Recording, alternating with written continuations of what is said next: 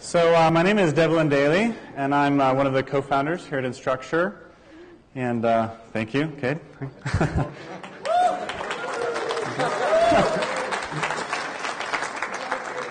And I'm going to get my desktop up here in just a sec.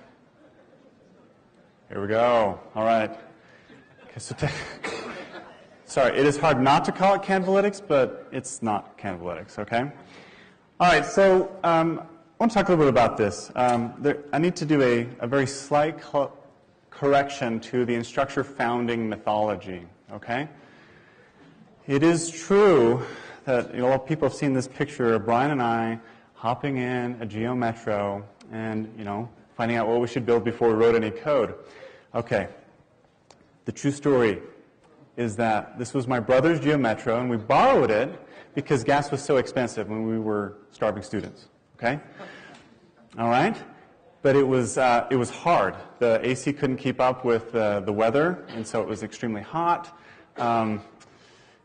It could only go 50 miles an hour up a hill. We almost got run over by a couple of semis and made it into a hood ornament. Instructure would turn out very differently, okay? So actually on the next trip, we decided let's try something different, and I'm the proud owner of a Buick Park Avenue. Yeah?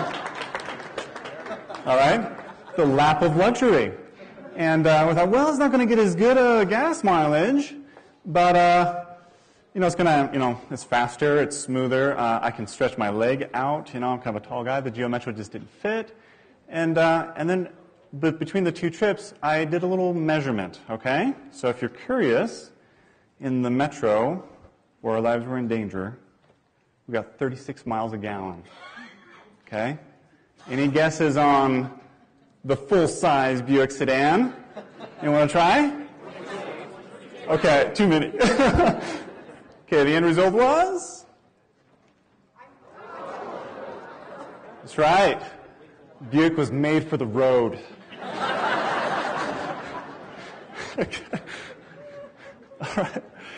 So the purpose of this is in this process is that a little bit of data helped out quite a bit. So actually, after every trip that we took after that, we took the Buick, okay, because it was worth it. All right. And so I was recently reading an article on Inside Higher Ed talking about sports subsidies and library spending. Anybody see this? Okay, I thought it was a very interesting article. And down at the bottom of it, as I was reading it, is that the author had collected this very nice data table. All right? And so in this data table, I started reading it, and I thought, oh, wow, that's a lot being spent on athletics and versus the library. And I even skimmed through the table.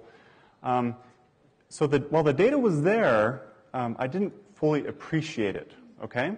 What I mean by that is I kind of got the impression that most schools spent incredibly amount more on sports than on their libraries, okay? And but then I thought, oh, this is a perfect example of some data and about this visualization called a slope graph that I've been dying to create. I thought it would take me 20 minutes, it took me 2 hours, but if you can see what this actually looks like, okay? So the gray ones are the ones where it's decreasing, and actually most of them hover around 0 for a sports subsidy, and where there's actually only 6 schools that spend more on, with this data set, in the Division I schools, spend more on sports subsidies than a library, okay? Now, the visualization of this data actually explains more about it. It's more easy to understand. At the same time, there's a lot of things in life where a simple graphic explains more than the original data. Okay? Okay. Okay. But the thing is that the visualization does not